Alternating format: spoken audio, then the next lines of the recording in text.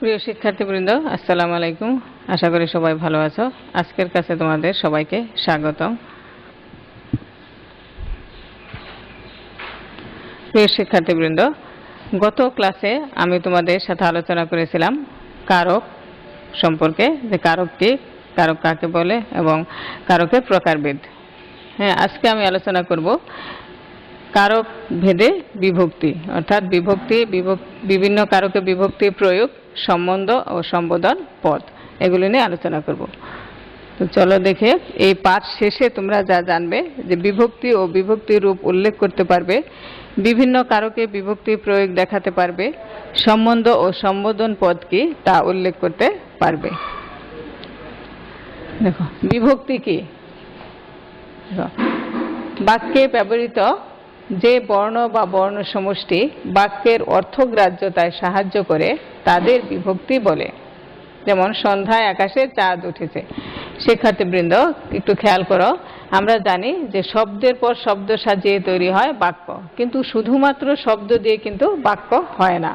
শব্দগুলিকে কি হয়? পদে পরিণত করতে হয়। অর্থাৎ শব্দগুলোকে পদ করতে হলে শব্দের সঙ্গে নানান ধরনের বর্ণ বা বর্ণ সমষ্টি যুক্ত হয়। তুমি একটু খেয়াল করো যে সন্ধ্যা এটা একটা শব্দ, কিন্তু এর সঙ্গে যদি আমি এই বাক্যটাতে কি যুক্ত হয়েছে, এখানে অন্তস্থ অ। আকাশ এর সঙ্গে এ। চাঁদ এর সঙ্গে কিন্তু কোনো বিভক্তি দেখা যাচ্ছে না, কোনো বর্ণ দেখা যাচ্ছে না, কিন্তু এটার সঙ্গে মিলে আছে, এটা উজ্জ আছে, সেই ধরনের বিভক্তিকে বলে শূন্য বিভক্তি। এবং উঠ, উঠেছে, এর মূল কিন্তু উঠ, এর সঙ্গে যুক্ত হয়েছে এসে। তুমি যদি খেয়াল করে দেখো, সন্ধ্যা, আকাশ, চাঁদ উঠেছে, অর্থাৎ শুধুমাত্র শব্দগুলো পরপর সাজিয়ে কিন্তু বাক্য হয় না। বাক্যে পরিণত করতে হলে প্রয়োজন অনুযায়ী বিভিন্ন শব্দের সঙ্গে নতুন করে বর্ণ বা বর্ণ সমষ্টি যোগ করতে হয়।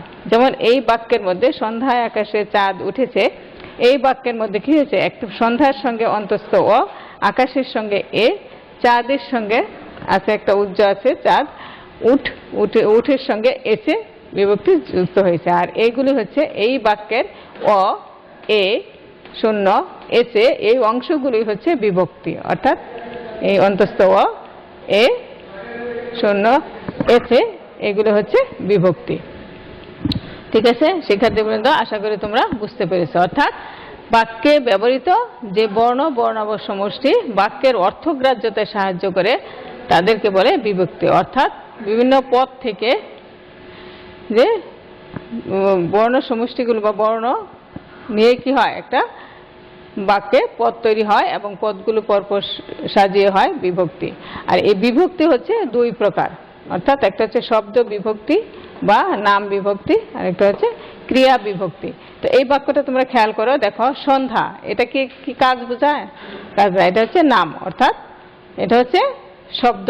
আকাশ, এটা একটা শব্দ। চাঁদ, এগুলো শব্দ। এই শব্দগুলো দিয়ে কিন্তু কোনো ক্রিয়া বা কাজ করা বোঝাচ্ছে না। তাহলে এই শব্দের শেষে যে অন্তস্থ অ, এ, শূন্য যুক্ত হয়েছে, এগুলি হচ্ছে শব্দ বিভক্তি বা নাম বিভক্তি। কিন্তু উঠ, এটা কিন্তু একটা ক্রিয়ামূল, অর্থাৎ কাজ করা বোঝাচ্ছে। তাহলে উঠ এর সঙ্গে যুক্ত হয়েছে এছে, তাহলে এই ক্রিয়ামূলের সঙ্গে যে বিভক্তি যুক্ত হয় সেই বিভক্তি হচ্ছে ক্রিয়া বিভক্তি। তাহলে বিভক্তি হচ্ছে কি দুই ধরনের, শব্দ বিভক্তি বা নাম বিভক্তি, আর একটা হচ্ছে ক্রিয়া বিভক্তি। দেখো, কারক বিভক্তির রূপ, অর্থাৎ শব্দ বিভক্তি বা নাম বিভক্তি কারক নির্দেশ করে বলে এগুলোকে কারক বিভক্তিও বলা হয়। আমরা জানি কারক কাকে বলে। কারক হচ্ছে যে নাম পদের সঙ্গে ক্রিয়াপদের সঙ্গে যে একটা সম্পর্ক, তাকেই বলে কারক। আর কারক বিভক্তি হচ্ছে যে সেই শব্দ বা নামের সঙ্গে যে বিভক্তিগুলি যুক্ত হয়, সেটাই হচ্ছে কারক বিভক্তি। এই কারক বিভক্তি 7 প্রকার, যেমন প্রথমা, দ্বিতীয়া, তৃতীয়া, চতুর্থী, পঞ্চমী, ষষ্ঠী, সপ্তমী। প্রথমা বিভক্তি শূন্য বিভক্তি, অর্থাৎ এটা বাক্যের মধ্যে পদের মধ্যে কি হয়, মিলে থাকে, উজ্জ থাকে। অ, এই বিভক্তিটা হচ্ছে মূলত অ। যেমন চাঁদ, এই দয় একটা অ আছে। হ্যাঁ, তারপর যে কোনো নাম শূন্য বিভক্তি, অর্থাৎ এখানে কোনো অ, এ, অন্তস্থ, এগুলো কোনো কিছু যুক্ত হয় না। আর কিন্তু এখানে উজ্জ থাকে, সেটাই হচ্ছে শূন্য বিভক্তি। দ্বিতীয়া বিভক্তি, দ্বিতীয় বিভক্তির চিহ্নগুলো হচ্ছে কে, রে, এরে। যেমন ভিক্ষুককে, আমাকে, দরিদ্রকে। হ্যাঁ, ওই দরিদ্র এর সঙ্গে যুক্ত হয়েছে কে, আমি যোগ কে, আমাকে, এগুলো হচ্ছে দ্বিতীয়া বিভক্তি। তৃতীয়া বিভক্তি দ্বারা, দিয়া, কর্তৃক, অর্থাৎ আমার দ্বারা, তার দ্বারা, তাকে দিয়ে। হ্যাঁ, তো এগুলো হচ্ছে তৃতীয়া বিভক্তি। চতুর্থী বিভক্তি কে, রে, এরে। তুমি একটু খেয়াল করে দেখো, দ্বিতীয় বিভক্তি কিন্তু কে, রে, এরে। চতুর্থী বিভক্তি কে, রে, এরে। তাহলে এই পার্থক্যটা তুমি কিভাবে বুঝবে? যে দ্বিতীয় বিভক্তি হচ্ছে কর্মকারকে সাধারণত হয়, যেমন ধোপাকে কাপড় দাও, চাকরকে বেতন দাও, হ্যাঁ, তাকে ডেকে দাও। তো এই যে তাকে বা আমাকে বা ধোপাকে, হ্যাঁ, এরকম যখন বলা হয় তখন, অর্থাৎ কর্মকারক যখন হয় তখন হচ্ছে কে, রে। আর চতুর্থ বিভক্তি হচ্ছে সম্প্রদান কারকে, যেমন ভিক্ষুককে ভিক্ষা দাও। তো ভিক্ষুককে বিখ্যাত সম্প্রদান কারক, তাকে সত্যত্যাগ করে দেওয়া হলো। দরিদ্রকে সাহায্য করো, দরিদ্রকে একদম সত্যত্যাগ করে দান করা হলো। হ্যাঁ, তাহলে এটা হচ্ছে কে, সম্প্রদান কারক। এভাবে পার্থক্য বোঝা যায়। যদি কর্মকারক হয় সেখানে কি বলে, কে, রে দ্বিতীয় বিভক্তি, এবং চতুর্থ বিভক্তি হচ্ছে সম্প্রদান কারকের ক্ষেত্রে। এরপর হচ্ছে পঞ্চম বিভক্তি, যেমন হতে, থেকে, চেয়ে, গাছ হতে ফল পড়ে, বীজ হতে গাছ হয়। হ্যাঁ, এগুলো হচ্ছে পঞ্চম বিভক্তি। ষষ্ঠী বিভক্তি হচ্ছে র, এর। যেমন রূপার, রূপা যোগ র, রূপার। আমার, আমি যোগ র, আমার। এগুলো হচ্ছে ষষ্ঠী বিভক্তি। সপ্তমী এ, অ, তে, এতে। অর্থাৎ আমরা ওই যে প্রথম বাক্যে দেখেছিলাম সন্ধ্যায়, সন্ধ্যার সঙ্গে কি যুক্ত হয়েছে, অন্তস্থ অ। তাহলে এই অটাই হচ্ছে সপ্তম বিভক্তি। এছাড়া এ, তে, এতে, এগুলো সপ্তম বিভক্তি। শিক্ষার্থীবৃন্দ, তোমাদেরকে কিন্তু এগুলো একদম মুখস্থ করে ফেলতে হবে, মনে রাখতে হবে, না হলে কি কারকের সঙ্গে বিভক্তি নির্ণয় করতে পারবে না। কারক বিভক্তি নির্ণয়ের জন্য এই বিভক্তিগুলো অবশ্যই তোমাদের মনে রাখতে হবে, মুখস্থ থাকতে হবে। ঠিক আছে, এবার আমরা দেখি যে বিভিন্ন কারকে এই বিভক্তিগুলোর প্রয়োগ। দেখো, কর্তৃকারকে বিভিন্ন বিভক্তির প্রয়োগ। কর্তৃকারকে সাধারণত কি শূন্য বিভক্তি হয়, কিন্তু এছাড়া অন্যান্য বিভক্তিও হয়। যে বিভক্তিগুলো হয় সেগুলো আমরা দেখি, উদাহরণের সাহায্যে দেখি।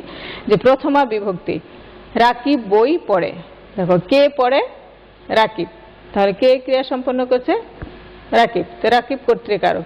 দেখো, খেয়াল করে দেখো, রাকিবের মধ্যে কিন্তু শূন্য কোনো বিভক্তি নেই, অর্থাৎ রাকিবই। বয়ের মধ্যে একটা অ রয়েছে, যেটা উজ্জ আছে, কিন্তু রাকিবকে, রাকিবের এরকম কিন্তু নেই। তাহলে এটা হচ্ছে একদিকে কারক হিসেবে সে কর্তৃকারক, এবং বিভক্তি রয়েছে এতে শূন্য বিভক্তি।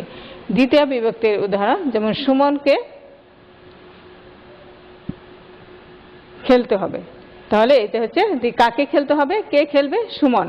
এর সঙ্গে দেখো কি আছে, কে বিভক্তি। তাহলে এটা হচ্ছে কে, দ্বিতীয় বিভক্তি। আমরা জানি কে, রে, এরে, এটা হচ্ছে দ্বিতীয় বিভক্তি। তাহলে তৃতীয় বিভক্তি কি, দ্বারা, দেয়া, কর্তৃক। আমরা দেখি, নজরুল কর্তৃক অগ্নিবীণা রচিত হয়েছে। তাহলে এই যে কর্তৃক, এটা হচ্ছে কোন বিভক্তির উদাহরণ, তৃতীয় বিভক্তি। এবং নজরুল, এটা কোন কারক, কে, কার দ্বারা রচিত হয়েছে, নজরুল দ্বারা। তাহলে এটা হচ্ছে কর্তৃকারক, কর্তৃকারকে তৃতীয় বিভক্তি। ষষ্ঠী বিভক্তি, আমার খাওয়া হয়নি।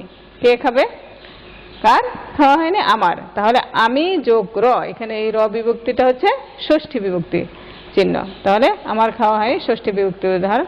সপ্তম বিভক্তি, পাগলে কি না বলে। কে বলে, পাগলে। তাহলে দেখো, পাগল কি না বলে, এরকম না তো, পাগলে। তাহলে এই বিভক্তি কি বিভক্তি, আমরা দেখেছি এ, অ, তে, এগুলো হচ্ছে সপ্তম বিভক্তি। তাহলে এটা কারক হিসেবে কর্তৃকারক, বিভক্তি হিসেবে কি সপ্তমী বিভক্তি। এবার আমরা দেখব কর্মকারকে বিভিন্ন বিভক্তির প্রয়োগ। যেমন প্রথমা বিভক্তি, ডাক্তার ডাকো। ডাক্তারের কি বিভক্তি, শূন্য বিভক্তি রয়েছে। কাকে ডাকো, ডাক্তার। তাহলে কারক হিসেবে এটা কর্মকারক। দ্বিতীয় বিভক্তি, আমি তাকে চিনি। কাকে, সে যোগ কে হয়ে যায় তাকে। তাহলে মানে কে বিভক্তি হচ্ছে দ্বিতীয় বিভক্তি চিহ্ন। ষষ্ঠী বিভক্তি, তোমার দেখা পেলাম না। এখানে কি তুমির সঙ্গে একটা র বিভক্তি যুক্ত আছে, তোমার। তাহলে এটা ষষ্ঠী বিভক্তি কর্মকারক। সপ্তমী বিভক্তি জিজ্ঞাসিব জনে জনে, কাকে কাকে? জনে জনে। তো জনের সঙ্গে কি আছে? একটা এ বিভক্তি আছে, তাহলে এটা হচ্ছে কর্মকারকে সপ্তম বিভক্তির উদাহরণ। করণ কারকে বিভিন্ন বিভক্তির প্রয়োগ। দেখো, ছেলেরা বল খেলে, কি দ্বারা খেলে? বল। বল কিন্তু এখানে একটা উপকরণ হিসেবে ব্যবহার হয়েছে। আমরা জানি করণ কারক হচ্ছে, করণ শব্দটার অর্থ হচ্ছে সহায়ক বা উপায় বা যন্ত্র, তাই না? কি উপকরণ দ্বারা খেলে? বল। তাহলে বলের মধ্যে কিন্তু কোনো বিভক্তি নেই, সেই হিসেবে এটা হচ্ছে প্রথমা বিভক্তি। আমরা কান দ্বারা শুনি, কি উপায়ে কি দ্বারা শুনি? কান দ্বারা। দ্বারা হচ্ছে কোন বিভক্তি? তৃতীয়া বিভক্তি। এই সন্তান হতে দেশের মুখ উজ্জ্বল হবে, হতে হতে হচ্ছে পঞ্চম বিভক্তি। কার থেকে? কি উপায়ে? কিভাবে? তাহলে এটা করণ কারক। তো করণ কারকে পঞ্চম বিভক্তির উদাহরণ। ষষ্ঠী বিভক্তি তার মাথায় লাঠির আঘাত করো না, অর্থাৎ কি দ্বারা আঘাত করো না? লাঠির দ্বারা। আর এখানে এই বাক্যের মধ্যে বিভক্তি যুক্ত হয়েছে এই পদে কি? বসন র বিভক্তি, আর র বিভক্তি হচ্ছে ষষ্ঠী বিভক্তি। তাহলে এটা হচ্ছে করণ কারকের ষষ্ঠী বিভক্তির উদাহরণ। সপ্তম বিভক্তি আকাশ মেঘে ঢাকা, কি দ্বারা ঢাকা? মেঘ দ্বারা ঢাকা। তার মানে এখানে মেঘে, মেঘ যোগ এ হচ্ছে সপ্তম বিভক্তি। তাহলে করণ কারকের সপ্তম বিভক্তির উদাহরণ হচ্ছে আকাশ মেঘে ঢাকা। সম্প্রদান কারক। সম্প্রদান কারক কাকে বলে? নিশ্চয় তোমাদের মনে আছে যে সত্য ত্যাগ করে যাকে কিছু দান করা হয় সেই হচ্ছে সম্প্রদান কারক। তাহলে দেখো, প্রথমা বিভক্তির একটা উদাহরণ, গুরু দক্ষিণা দাও। হ্যাঁ, গুরুকে কোনো কিছু দিলে সেটা কিন্তু কেউ ফেরত পাওয়ার আশায় দেয় না। তো গুরু দক্ষিণাটা পরে সম্প্রদান কারকের মধ্যে। দেখো, গুরু এখানে কোনো বিভক্তি নেই, তাহলে এটা হচ্ছে প্রথমা বিভক্তি সম্প্রদান কারকের উদাহরণ। চতুর্থী বিভক্তি দরিদ্রকে দান করো। দরিদ্রকে দান করে কেউ কোনো বিনিময় মূল্য নাই, বিনিময় না, কোনো কিছু পাওয়ার আশায় না। তাহলে এখানে কে বিভক্তি? চতুর্থ বিভক্তি। ভিক্ষুকদের ভিক্ষা দাও, তাহলে এটা বহুবচনে দের মানে যুক্ত হয়েছে, এটাও একটা ষষ্ঠী বিভক্তির উদাহরণ। তাহলে ভিক্ষুকদেরও দান করে, সত্য ত্যাগ করে সম্প্রদান কারকে সপ্তম বিভক্তির উদাহরণ, ষষ্ঠী বিভক্তির উদাহরণ। দিনে দয়া করো, অর্থাৎ দিনেও কিন্তু এখানে দিন মানে দরিদ্র বোঝানো হয়েছে। দিনে এখানে এই বিভক্তি হচ্ছে সপ্তম বিভক্তির উদাহরণ, দিনে দয়া করো। তাহলে এগুলো হচ্ছে সম্প্রদান কারকের বিভিন্ন বিভক্তির প্রয়োগ। অপাদান কারক। অপাদান কারক কাকে বলে? অপাদান কারক হচ্ছে যখন যা কোনো কিছু থেকে উৎপন্ন, জাত, গৃহীত, বিচ্যুত, হ্যাঁ, আরম্ভ, এরকম বোঝায়, সেটা হচ্ছে অপাদান কারক। আমরা অপাদান কারকের বিভিন্ন বিভক্তির প্রয়োগগুলো দেখে, যে প্রথমা বিভক্তি ট্রেনটি ঢাকা ছাড়লো, অর্থাৎ ঢাকা কোথা থেকে ছাড়লো? ঢাকা থেকে। ঢাকা যখন ছাড়লো তখন ঢাকা থেকে কি চলে আসলো, এটা কিন্তু স্থান বোঝাচ্ছে না, স্থান ত্যাগ করা বোঝাচ্ছে। হ্যাঁ, তাহলে এই ঢাকা এটা হচ্ছে শূন্য বিভক্তিযুক্ত, অর্থাৎ এখানে কোনো বিভক্তি নেই। বাবাকে বড্ড ভয় পাই, কার থেকে ভয়টা উৎপন্ন হচ্ছে? বাবার থেকে। তাহলে এই কে বিভক্তি হচ্ছে কোন বিভক্তি? দ্বিতীয়া বিভক্তি। তাহলে বাবাকে বড্ড ভয় পাই অপাদান কারকে দ্বিতীয়া বিভক্তির উদাহরণ। তৃতীয়া বিভক্তি তার চোখ দিয়ে পানি পড়ছে। হ্যাঁ, দেখো, একটু আগে আমরা দেখলাম আমরা কান দিয়ে শুনি, আমরা চোখ দিয়ে দেখি। যখন চোখ দিয়ে দেখি তখন সেটা হচ্ছে করণ কারক, কিন্তু তার চোখ দিয়ে পানি পড়ছে এটা হয়ে যাচ্ছে অপাদান কারক। কেন? কারণ চোখ থেকে পানি পড়ে যাচ্ছে, বিচ্যুত হচ্ছে। তাহলে এটা হচ্ছে অপাদান কারকে তৃতীয়া বিভক্তির উদাহরণ। পঞ্চমী বিভক্তি জেলেরা নদী থেকে মাছ ধরছে। হ্যাঁ, তো নদীতে মাছ আছে, এটা কি? অধিকরণ কারক। কিন্তু যখন দেখো, খেয়াল করো, নদী থেকে মাছ ধরছে মানে কি? নদী থেকে মাছ, নদীতে মাছ আছে, সেই মাছটা ধরার পরে কি এটা কিন্তু ওইখান থেকে চলে আসছে, স্থান ত্যাগ করছে, তাই না? কিন্তু নদী থেকে বাড়ি দেখা যায়, নদী থেকে আমাদের বাড়ি দেখা যায়, তখন কিন্তু সেটা স্থান বোঝাচ্ছে, নদী একটা স্থান বোঝাচ্ছে, তখন সেটা কিন্তু কি কারক? অধিকরণ কারক। কিন্তু যখন নদী থেকে মাছ ধরছে, নদী থেকে পানি নিচ্ছে, হ্যাঁ, তখন সেটা কিন্তু অপাদান কারক, কারণ মাছ এখান থেকে বিচ্যুত হচ্ছে, পানিও সেখান থেকে নিলে বিচ্যুত হচ্ছে। তাহলে এটা হচ্ছে অপাদান কারকে পঞ্চম বিভক্তির উদাহরণ। ষষ্ঠী বিভক্তি বাঘের ভয়ে সকলে ভীত। ভয়টা কার থেকে উৎপন্ন হচ্ছে? ভাগ থেকে। যেমন বাবাকে বড্ড ভয় পায়, বাবার থেকে ভয় উৎপন্ন হয়।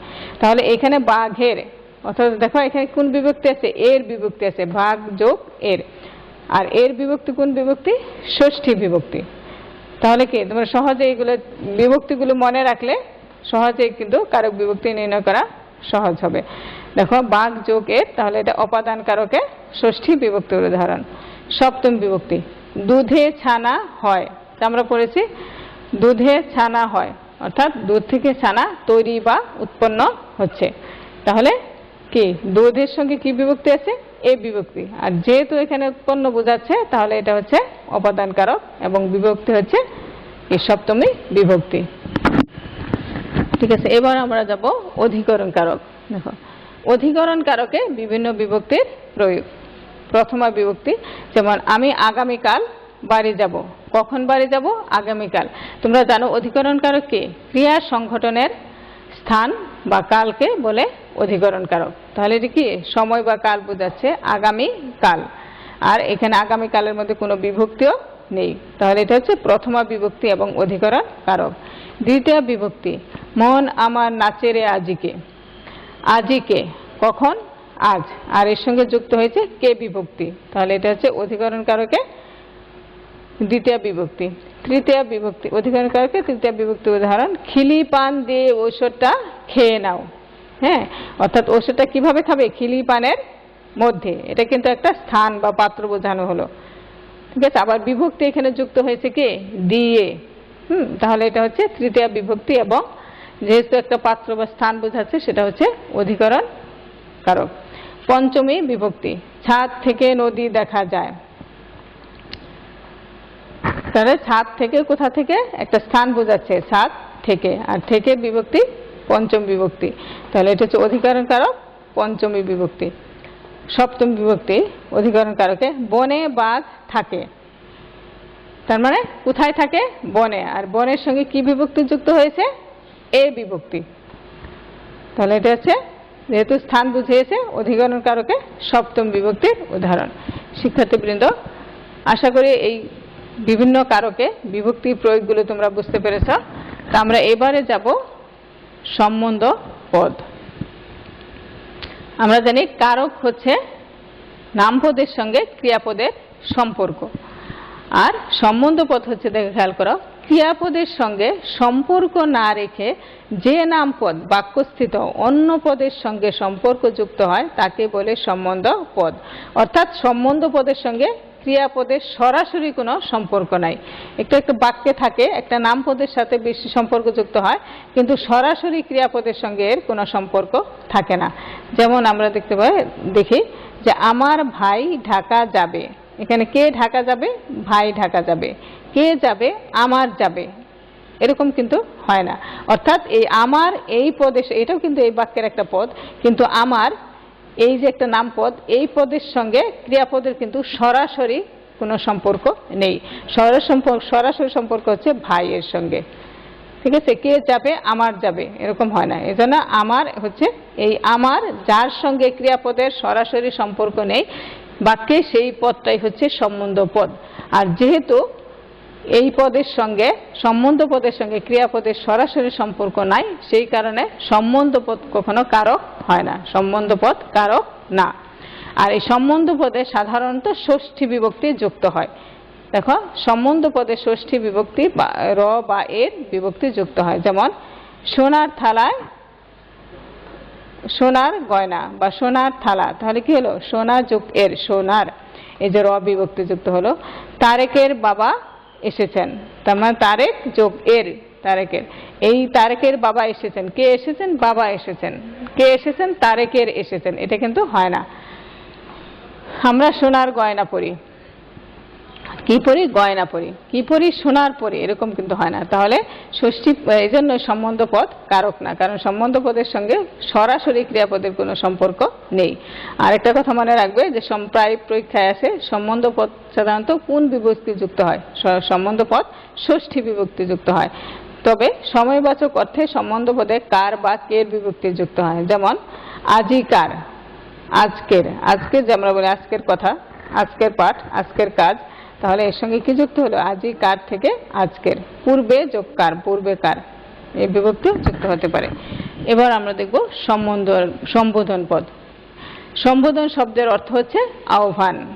যাকে সম্বোধন বা আহ্বান করে কিছু বলা হয় তাকে বলে সম্বোধন পদ। যেমন উহে শিমুল, হ্যাঁ, এটাই হচ্ছে আহ্বান, এটাই হচ্ছে সম্বোধন পদ। এদিকে এসো, মাধুরী এখানে বসো, এসো। সম্বোধন পদ বাক্যের অংশ, কিন্তু এই সম্বোধন পদের সঙ্গে বাক্যের ক্রিয়াপদের কোনো সম্পর্ক নেই। বাক্যস্থিত ক্রিয়াপদের সঙ্গে সরাসরি কোনো সম্বন্ধ থাকে না বলেই সম্বোধন পদ কারক নয়। তো শিক্ষার্থীবৃন্দ, আজকে আমরা বিভক্তি, সম্বোধন পদ, সম্বন্ধ পদ এবং বিভিন্ন কারকে বিভক্তি প্রয়োগ দেখলাম। আশা করি তোমরা এগুলো বুঝতে পেরেছ। তাহলে দেখি যে এই যে আমি কয়েকটা বাক্য দিয়েছি, এই বাক্যগুলোর মধ্যে পদ এবং বিভক্তি আমি নির্ণয় করতে পারি কিনা। নিম্নলিখিত পদগুলি কোন কারকে কোন বিভক্তি বলো। যে নদীতে মাছ আছে, ঠিক আছে, কোথায় মাছ আছে? নদীতে। এখানে কি বিভক্তি? তে বিভক্তি। তাহলে এটা কোন কারক কোন বিভক্তি? অধিকরণ কারকে সপ্তমী বিভক্তি। কোথায়? নদীতে। সৎ পাত্রে কন্যা দান করো, এটা কিন্তু সত্য ত্যাগ করে দান করা বোঝায়। তাহলে এখানে কি দেওয়া হলো? যে সৎ পাত্রে কন্যা দান করো, অর্থাৎ পাত্রে, এর সঙ্গে কিন্তু সৎ পাত্র এ বিভক্তি আছে। তাহলে এটা একটা কি? সম্প্রদান কারকে সপ্তমী বিভক্তি। ধোপাকে কাপড় দাও, ধোপাকে কাপড় কিন্তু একেবারে সত্য ত্যাগ করে দেওয়া হচ্ছে না, এটা আবার ফেরত নেওয়া হবে। আর এর সঙ্গে ধোপা সঙ্গে যুক্ত হয়েছে কে, তাহলে এটা কোন কারক কোন বিভক্তি? কর্মকারক দ্বিতীয়া বিভক্তি। ছাগলে কে না খায়, কি বিভক্তি? কে খায়? ছাগলে। এর সঙ্গে কি বিভক্তি যুক্ত হয়েছে? এ। তাহলে এটা কর্তৃকারক এ বিভক্তি, অর্থাৎ সপ্তমী বিভক্তি। ঘোড়ায় গাড়ি টানে, কে টানে? ঘোড়া। কি বিভক্তি যুক্ত আছে? অন্তস্থ। তাহলে এটা হচ্ছে কর্তৃকারক সপ্তমী, যেহেতু অন্তস্থ কোন বিভক্তি? সপ্তমী বিভক্তি। তাহলে কর্তৃকারক সপ্তমী বিভক্তির উদাহরণ। আশা করি তোমরা এগুলো পারবে। তো আমি তোমাদের একটু বাড়ির কাজ দিয়ে দিচ্ছি, তোমরা এই বাড়ির কাজটি খাতায় করে রেখো, লিখে নিও। সকল কারকে সপ্তম বিভক্তির প্রয়োগ দেখাও। শিক্ষার্থীবৃন্দ, আশা করি আজকের এই কারক বিভক্তির ক্লাসটা তোমরা বুঝতে পেরেছ। তো আজকের ক্লাস এখানেই শেষ করছি। তোমরা সবাই ভালো থাকো, সুস্থ থাকো। আল্লাহ হাফেজ। সবাইকে ধন্যবাদ।